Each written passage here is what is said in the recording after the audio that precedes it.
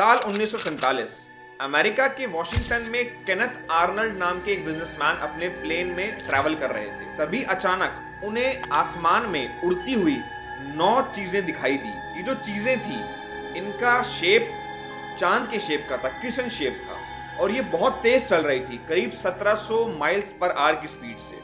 इसी तरह करीब 7 साल बाद 1954 में इटली के टस्कैनी नाम के शहर में एक फुटबॉल मैच हो रहा था, जिसके स्टेडियम में हजारों लोग प्रेजेंट थे। फुटबॉल मैच चल रहा था और हाफ टाइम के बाद दर्शक अचानक से फुटबॉल मैच को देखना बंद कर चुके थे और ऊपर देखने लगे, क्योंकि आसमान में एक अंडे की शेप की चीज उड़ रही थी, ऐसी शेप की चीज जिसे आज तक किसी ने भी कभी नहीं देखा था। केनेथ आर्नल्ड को जो क्रिसेंट शेप की चीज दिखी या फिर ये अंडे वाली शेप, ये असल में है क्या, आप लोगों को इसका आइडिया होगा ही। असल में इन चीजों को हिंदी में उड़न तश्तरी या फिर अंग्रेजी में UFO, अनआइडेंटिफाइड फ्लाइंग ऑब्जेक्ट। 1947 में ऐसा पहली बार हुआ था कि आसमान में इस तरह की कोई चीज देखी गई थी।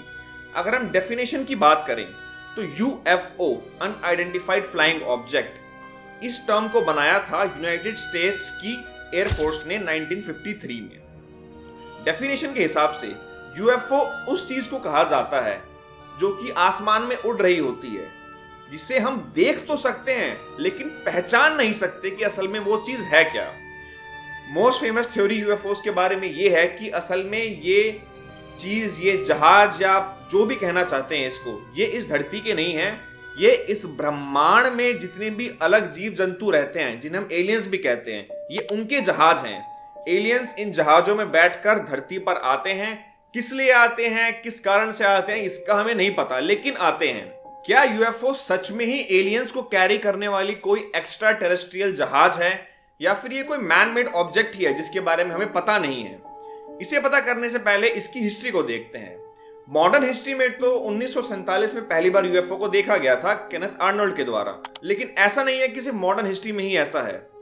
अगर आप एंशिएंट हिस्ट्री को देखें तो हजारों सदियों पहले भी हमारे पास कुछ ऐसे प्रूफ्स हैं, एविडेंस हैं, जो हमें ये बताते हैं कि UFOs बहुत सदियों पहले भी धरती पर आई थी। फॉर एग्जाम्पल 440 BCE में इजिप्ट में ऐसे प्रूफ्स पाए गए हैं आज के टाइम में, जो दिखाते हैं कि UFOs उस टाइम पर भी थी।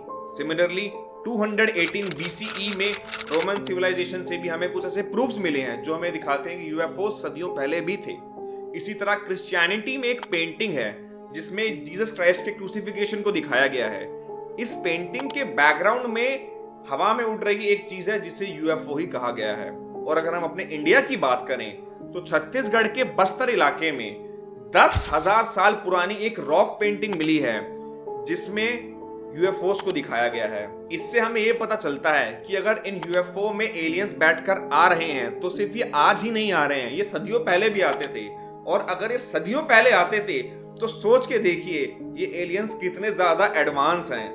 इंसानों ने तो 19वीं 20वीं सदी में जाकर रॉकेटरी और स्पेस एक्सप्लोरेशन शुरू किया है, ये लोग तो सदियों पुराने उस टाइम में हमारी धरती पर आ चुके थे। तो काफी इंटरेस्टिंग बात है अगर सच है तो। जैसे ही 1947 में पहली बार UFO को देखा गया, उसके बाद धीरे धीरे इस तरह की साइटिंग्स और बढ़ती गई। आने वाले 5 साल 10 साल में हजारों ऐसे इंसिडेंट्स रिपोर्ट हो चुके थे जिससे कि ये पता चला कि UFOs देखे गए हैं। आई एम श्योर आपके भी दोस्ती रिश्तेदारी में कहीं ना कहीं किसी के पास कोई स्टोरी जरूर होगी जिसमें उन्होंने आपको बताया होगा कि उन्होंने UFOs को देखा। खैर, जब UFOs देखे जाने लगे तो सबसे ज्यादा फायदा हुआ था हॉलीवुड को। वो कैसे? जैसे UFOs की रिपोर्टिंग बढ़ी तो हॉलीवुड ने नई नई पिक्चरें बनानी शुरू करी एलियंस पर, UFOs पर। आज की जनरेशन की one of the most favourite movies Marvels Avengers, DC justice league, इस तरह की सभी पिक्चरें असल में क्या है, ये एलियंस और UFOs के बारे में ही तो बताती है हमें। तो ये चीज इतनी ज्यादा कॉमन हो चुकी है आज के टाइम में, लेकिन इसके पीछे की रियलिटी देखते हैं क्या है। वैसे तो कंट्रीज की गवर्नमेंट्स ने UFOs की प्रेजेंस को ऑफिशियली एक्नॉलेज नहीं किया है, लेकिन कुछ समय पहले US गवर्नमेंट ने 3 वीडियोस निकाली थी जिनमें उनके हिसाब से UFOs देखी जा सकती हैं। यानी वो वीडियोस में जो चीज दिख रही थी उनका जवाब कि वो क्या हैं, ये गवर्नमेंट के पास नहीं था। UFOs को स्टडी करने के लिए हर कंट्री ने अलग अलग तरह के प्रोजेक्ट्स या इन्वेस्टिगेशन स्टार्ट किए थे। फॉर एग्जांपल यूनाइटेड स्टेट्स ने 12 इन्वेस्टिगेशन स्टार्ट किए थे। For example Project Blue Book, Project Grudge. United Kingdom ने फ्लाइंग सॉसर वर्किंग पार्टी नाम से एक इन्वेस्टिगेशन शुरू किया था और सोवियत यूनियन ने इंस्टीट्यूट 22 नाम से एक इन्वेस्टिगेशन शुरू किया था। साल 1953 में द रॉबर्टसन पैनल नाम से एक ग्रुप को बनाया गया था जिसने यूएफओस की इन वीडियोस को, इन साइटिंग्स को स्टडी किया। इस ग्रुप की रिपोर्ट के हिसाब से जितने भी यूएफओ साइटिंग्स हुई है, यानी यूएफओ देखे गए हैं, उनमें से 90% जो थे वो यूएफओस नहीं थे, बल्कि कुछ चमकीले तारे थे या ग्रह थे या फिर बादल बाकी मिले थे, जैसे एयरक्राफ्ट्स, बलून्स, बर्ड्स और सर्च लाइट्स। यानी कुल मिलाकर 90% जो साइटिंग्स थी वो यूएफओस नहीं थी बल्कि नॉर्मल चीजें थी। लेकिन बाकी 10% के बारे में प्रूफ नहीं मिल पाया कि असल में वो क्या थी। लेकिन इतना जरूर पता चला कि ये जो भी चीज थी ये कोई सिक्योरिटी थ्रेट नहीं थी, इससे किसी को खतरा नहीं था। अब खतरा था या नहीं था इसकी बात तो इंसानों को कैसे ही पता चलेगी। लेकिन ये बात भी हमें बतानी चाहिए कि कोई एविडेंस मिला नहीं जो कि ये बता सके कि सच में ये कोई यूएफओस या फिर बाहर के कुछ एलियंस थे। कुछ समय पहले एक कमेटी ने कॉन्डोन रिपोर्ट नाम से एक रिपोर्ट निकाली थी, जिस रिपोर्ट के हिसाब से जितनी भी यूएफओ साइटिंग्स हैं उस कमेटी ने 59 यूएफओ साइटिंग्स को स्टडी किया था। उनके हिसाब से मोस्टली इनमें से ऐसी चीजें थी जो कि मैन मेड या फिर नेचुरल थी, यानी जिन्हें हम जानते हैं। यानी कुल मिलाकर यूएफओस की दिखने की प्रोबेबिलिटी काफी कम बताई गई थी इस रिपोर्ट के हिसाब से।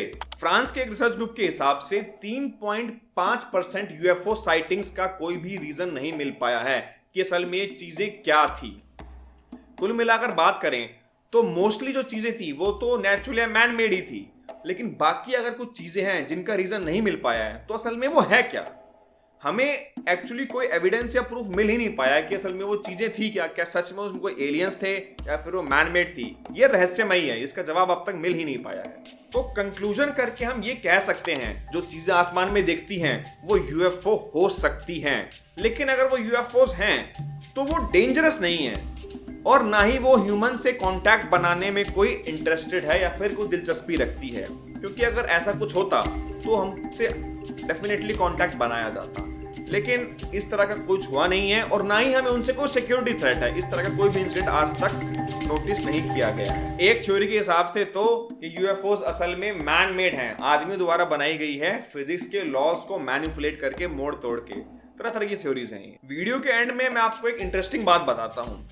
अमेरिका के नेवाडा में एक जगह है जिसका नाम है एरिया 51, जो कि यूएस के एयरफोर्स का एक बेस है।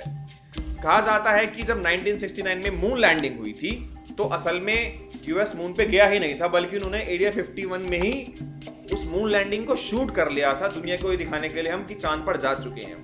तो अब आप सोच रहे होगे कि मैं आपको ये फालतू में बात क्यों बता रहा हूँ। इसका लिंक एलियंस और यूएफओ से भी है। कहा जाता है कि एरिया 51 का रिश्ता फ्लाइंग सॉसर्स यानी यूएफओस, एक्स्ट्रा टेरेस्ट्रियल ऑर्गेनिजम्स यानी एलियंस से काफी पुराना है।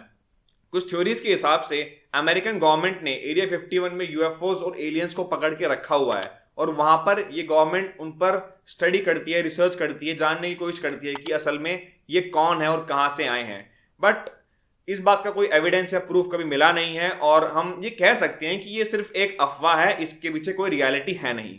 अगर आपको ये वीडियो पसंद आई है तो इसे लाइक करें, शेयर करें, चैनल को जरूर सब्सक्राइब करें। मिलते हैं हम आपसे अपनी अगली वीडियो में। जय हिंद।